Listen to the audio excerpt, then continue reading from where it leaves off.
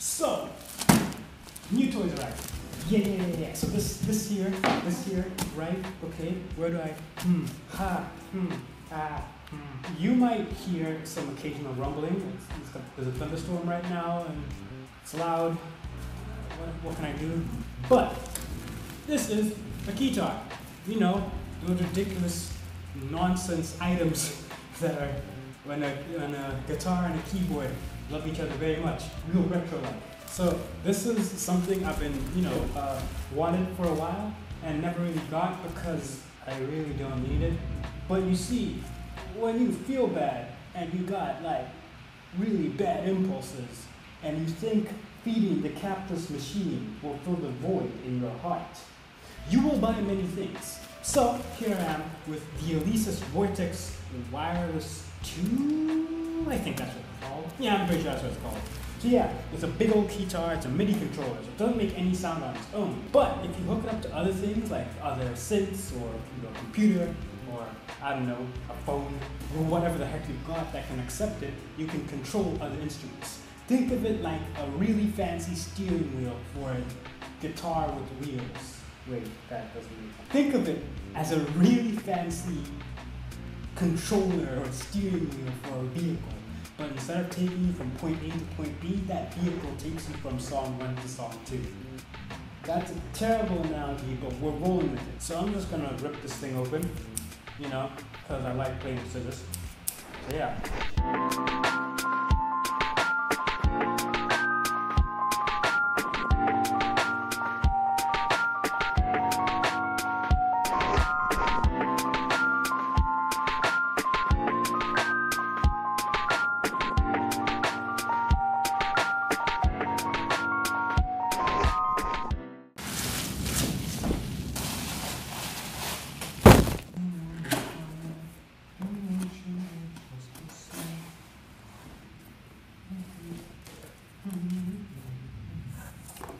Okay, here we go.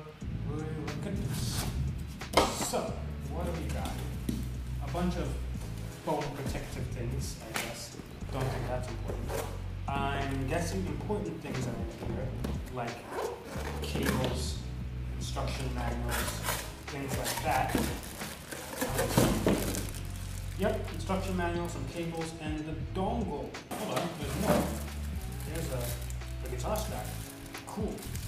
I mean, I already have a bunch of these, but still cool. So it comes with this weird, flimsy, dust-proof cover. It's not coming out very well to the camera, because I'm an idiot who knows nothing about setting settings, but it's just a weird cloth thing. Not really for protection or anything, but it seems dust-proof enough. It'll do. Let's slip and slide this out of here.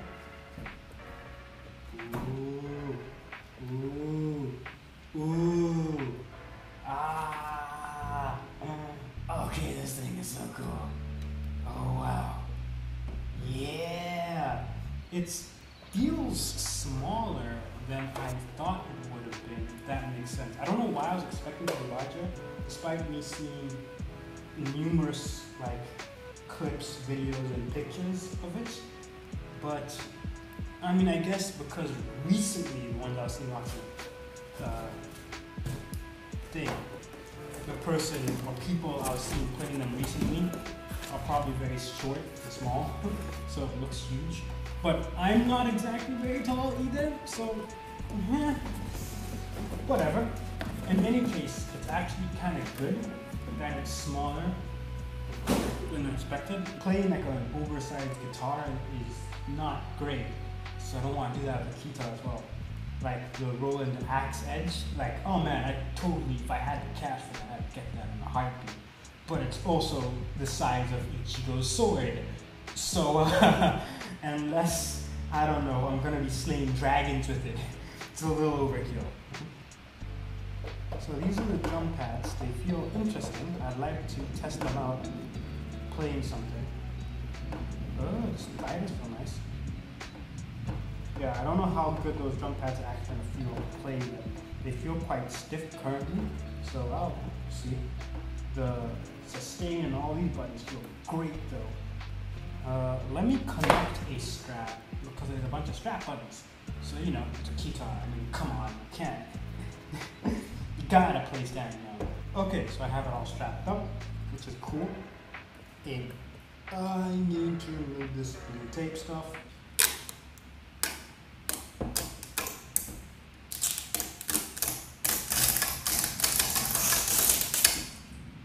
I will never, ever again, find satisfaction like that. Okay, so this feels really interesting. Ooh, I like how the black keys feel.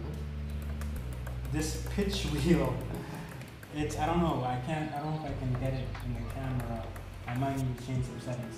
But anyway, it's like this round wheel thingy. Mod wheel is really nice. I like how it feels. And the way it springs back and I let go. I don't know if that's good for it.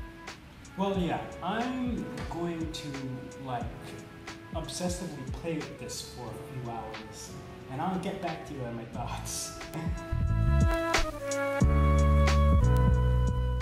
Alright, so it's been about a day or so since I've been poking around and looking at things and trying to figure out how they work and stuff like that. So I'm not here to do like a review of this thing or something weird like that. I'm definitely not an authority telling you what you should or should not do.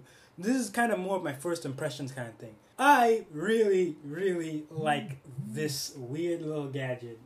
Alright, so yeah, the lights are freaking cool. The drum pads over here, like I thought I didn't like them at first, but that's because I don't really have many products that have drum pads. But they're awesome. You can change their color to whatever I like, whatever you like. So I picked pink because I think it looks really cool. I like gluing things like this. You cannot change the color of the faders, which is tragic. Or if you can, I don't know how, and I'm an idiot. But it would have been so cool. What I would have done if you could change the faders or the mod wheel here, because that also glows and these buttons do stuff. If you could change all the colors, I'd just make it like the least organized thing ever. Just rainbow colors everywhere. So far, I like this thing. It's a nice size. It's not like huge. As I said, it's smaller than I thought, but actually holding it in my hands, it's not like it's diminutive or anything like that. It's a good amount of size. But while like there aren't like a huge, mega awesome, giant number of keys or anything like that. Let me actually. So this is my normal MIDI controller that I used before this. It's what's this thing? A Nectar Impact GX61. Yeah, it says it here. Either way, as the name suggests, it's got 61 keys. It's really big. It's not excellent, but it's quite good. It's good for what I have. I like the mod wheel. It feels okay, I guess. It doesn't have any drum pads, which sucks, but it's alright. I like it. And because I'm not really a piano player, but I used to play piano as a kid. So I like having all the keys. So if I'm playing anything on two hands, like if I'm playing the one or two pieces I still remember how to play, then I would rather have it's not a full-size keyboard, but it's big enough for what I'm using. This is not that. This is not a giant full-size keyboard, but it is a big keyboard, and it's got enough room for a lot of things, so I can use it.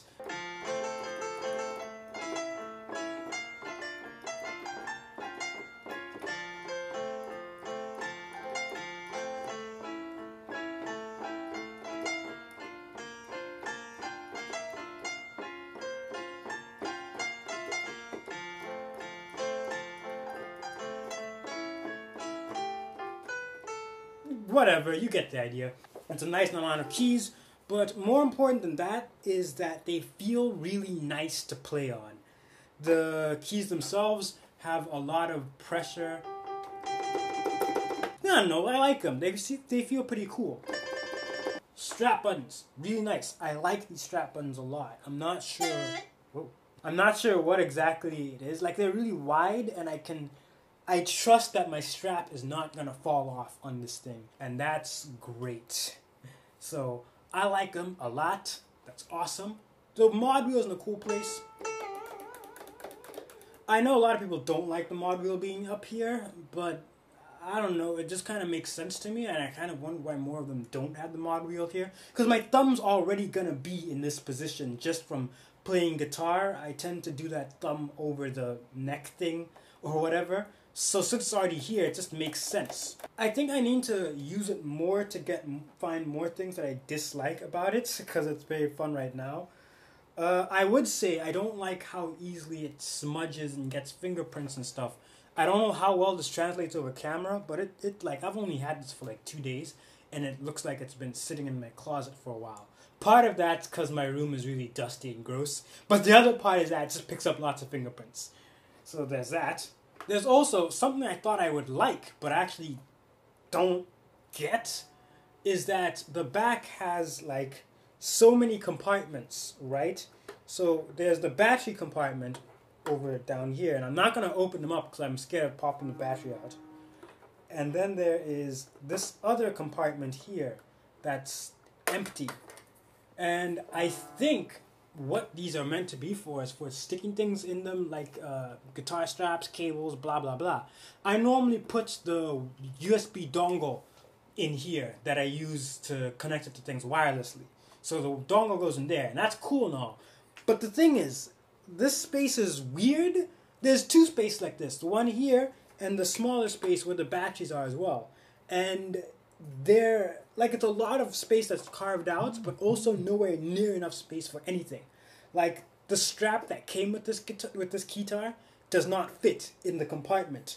The cable that came with this keytar also does not fit in this compartment. It's weird. I don't get it. It's too small for anything useful, but it's such a big chunk, and it's like, what is it doing here? I'd still rather have a bad space that I can put the dongle in than no space at all, so I'll take it, I guess. In terms of features, now it's a MIDI controller. It's a big old MIDI controller. It does MIDI controller things. It's got a couple other weird features here and there. So obviously there's a mod wheel up here, and that's cool. There's a sustain button, so if I'm holding that while playing, it'll keep holding the notes forever. A bunch of sliders and things that you can set to do all sorts of stuff. Like right now, this keytar is plugged into an iPad, so I don't have as much control over it as I like. But if I connect to my laptop, I can go and start changing things and make these sliders control different instrument volumes, for example. Like I can be playing it and be playing a lead guitar sound at the same time as a piano sound, at the same time as a synth sound. And then have fader 1 control the guitar, fader 2 control the keyboard, fader 3 control whatever weird synth I've got. Maybe fader 4 controls the Game Boy, I don't know. And you can even set the drum pads to do different things as well. So you can have them turn on or off different instruments and stuff, which is nice. I'm not a big MIDI controller person, so I don't, and this is my first keytar, so I don't know how much of this stuff is standard on keytars. I know that a lot of it is standard, and then there's a couple weird features here and there that are just weird for this thing. For example, this thing has this, I don't know what they're called, I can't remember, but it's basically motion controls where you can move the keytar and have the movement of how high up or down it's facing change in effect. So that might sound kind of complicated, so let me just demonstrate that. First I turn on this tilt button. So now, playing normally is fine, right? You know, but if I tilt the whole keytar up, you hear how there's that weird tremolo effect going down there? Yeah, so you can set that to do different things or whatever. So, I don't know, I didn't set it up right now. I literally just opened up my synth thing and I'm just using whatever's there. You could be having like a really cool solo or whatever, like.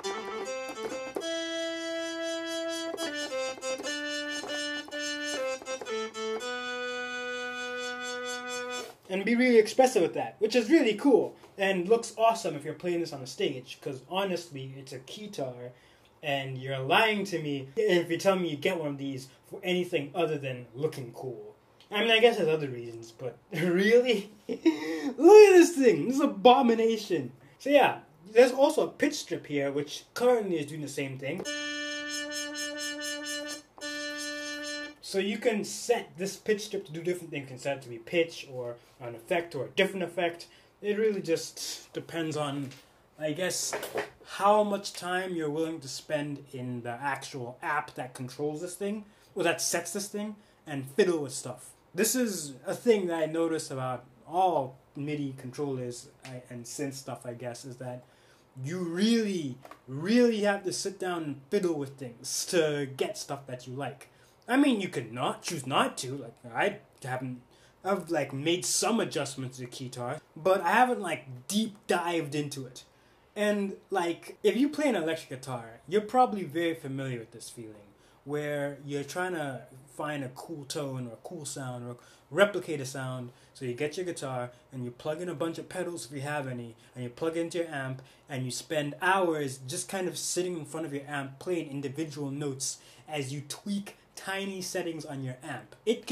You can be doing this for a while and then change the combination of your pedals if you have lots of them, swap out which ones go where, change the settings on those pedals. You can be doing this literally forever. And then it gets even deeper when you find people who start custom making their own amps and swapping out the tubes. And it's crazy, right?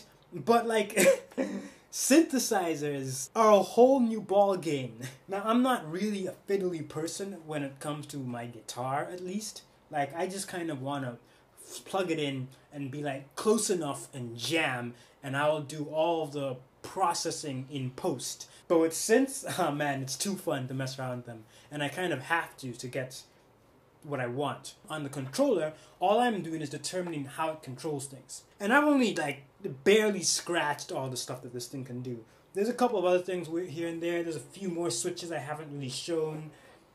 Did I even get that? Doesn't matter, I'm not sure what this is actually. And of course, it's wireless, which is cool, as I mentioned. But if you don't want to run on your AA batteries and you're broke, then it does have a MIDI cable that you can plug into things with, or you can just find any other MIDI cable that's lying around. MIDI to USB or USB to MIDI, or you know what I mean. So yeah, I think this thing is really fun. I like it quite a lot, clearly. And you're probably, I mean, you won't really be able to tell whether or not I'm using this thing in a song, because as I've said, it's a MIDI controller. Even though you wouldn't really know that you're hearing it, you will definitely see me playing this thing on parts that I recorded using it.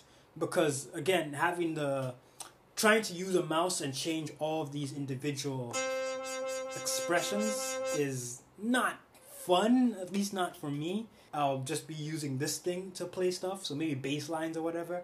And you will definitely see me doing that, rocking out, either playing the bass lines until I can get an actual bass again, or playing some cool solo stuff, assuming that it's not too hard for me to play. But yeah, these are just kind of my thoughts. I think it's really cool. And you bet I'm gonna slap like 1,000,000 stickers on this guy. This is gonna be filled with them. Either stickers or maybe I don't know, paint the thing. I'm not really good at paint, and I don't want to rip its shell off or anything like that. So I'm probably going to stick with stickers for now.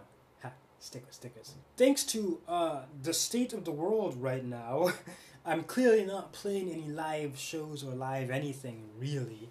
Which is unfortunate, because I had originally at the start of 2020, I had planned, hey, I'm going to be more confident. I'm going to go outside and play in gigs and shows, and it's gonna be swell, and that didn't happen. But you bet that once things are slightly more cleared up, well, properly cleared up, and I'm not going to be at risk of infecting people or myself, I'm probably gonna use this thing in a live scenario at least once. But I gotta get my Keytar chops up. So that's the Alesis Vortex Wireless 2. I think this thing is so cool, and I wanted a Keytar for a while. And I was suddenly reminded about it recently because I started watching a bunch of Pink and the Keytar Cat videos, and she has one of these. So, I mean, I didn't just look at her video to see what I'd like, but I mean, I already wanted it, and I probably don't need this thing but it's very cool, so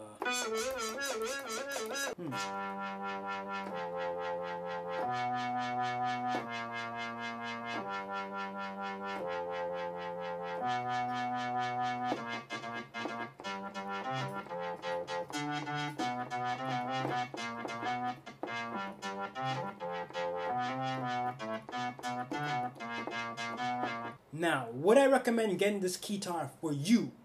I know it's the least satisfying answer out there, but it really is just a big fat it depends. The thing is, keytars basically come in two variants, alright? In fact, this comes with most synthesizer kind of things. You got MIDI controllers, like this guy, that plug into other devices and control other devices. They control other synthesizers or synthesizer apps on your laptop or phone or iPad or whatever, okay? They don't produce any sounds on their own. There is no music inside this. There are no sounds, okay? Very important. And the second variant is, synthesizers. You don't need to plug them into anything else apart from maybe power, otherwise they're battery powered. And when you press a key, it makes a noise by itself. Here, this is not the case. The noises are coming from my iPad that I will show on screen. So it kind of depends on what you're trying to do. So for me, I already produce and make lots of music stuff. So I have many devices and gadgets just lying around that I can plug this straight into and have all the sounds. I don't need to buy a keytar at a similar price or maybe a bit more expensive where I only like one or two of the sounds and the rest are garbage. I don't need to do that. All I need to do is plug it into my laptop and I have the entire internet as my synthesizer being controlled by this. So for me, that's already using music stuff or that is tech savvy enough somehow to understand that I can plug this into something else and control stuff like that, this is fine. And in fact, even if you don't have lots of music gear to plug into already, if you have a laptop that's relatively decent and you're stubborn and determined to figure it out via the internet, then go ahead. Or if you have an iPad and all of the numerous accessories you need to plug this into one, because it's still annoying and you need like two other things, then sure, awesome, go for it.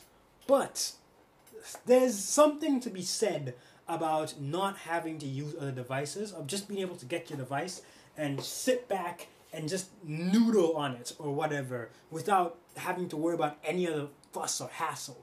Like, even with like my electric guitar that needs to be plugged into an amp for it to make proper noises, there's still many times when I'm just sitting on my bed and it's plugged into nothing and I'm just jamming, and I can do that for hours. And it's not a great sound, it's not very loud, but it's still decent. It works and it feels like I'm playing an instrument and makes sound. And you can't really do that with this.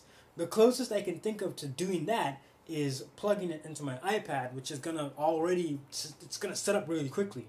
But I still have to connect the camera kit to my iPad, then I can plug this into my iPad. And for some people, they would just like to have an instrument that they can use and play with. And a lot of them can also be plugged into laptops and things and whatever. And the really expensive ones also have a bunch of similar cool features. Since I don't care for any of those sounds, and I'm very happy to use the sounds that I've already got or that I'm going to find, I don't need that. And you might be the same, or you might be different. I advise, if you're not sure, just get a couple of different opinions. I will link some Pink and the Keytar Cat videos where she talks about this a bit up here. Or is it there? I can never remember. Yeah, up there. I'll link a couple of videos that talk about that up there. But also, just, kind of ask yourself, am I going to be recording lots with it? Am I going to be playing live with it a lot? Am I going to be playing with a bunch of my friends?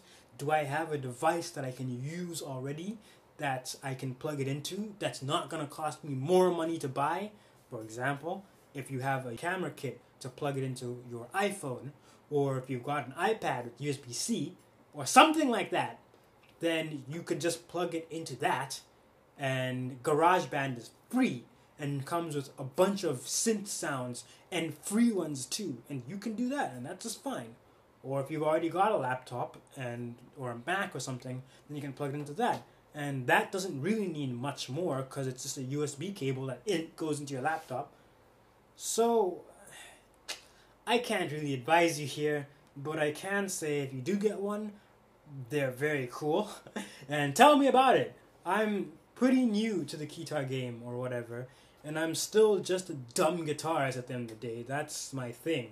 So I know nothing, and I'd love to hear your thoughts with keytars or MIDI controllers or funky synthesizers that are awesome and stuff. This is a bit of a different video this time. I don't really do things like this a lot, but one, school's starting up, so I don't really have the same kind of mental capacity to be making a full song every week. And two, these are fun. These still take a lot of time to edit, but I'm not also making an entire song. So if you want to hear me make more videos about this, just talking about weird music gear I have, then be my guest. I'd love to talk about like my guitars, but I don't know if anyone wants to hear that. I hope you enjoyed this. I'll see you whenever, I guess. Peace. Later.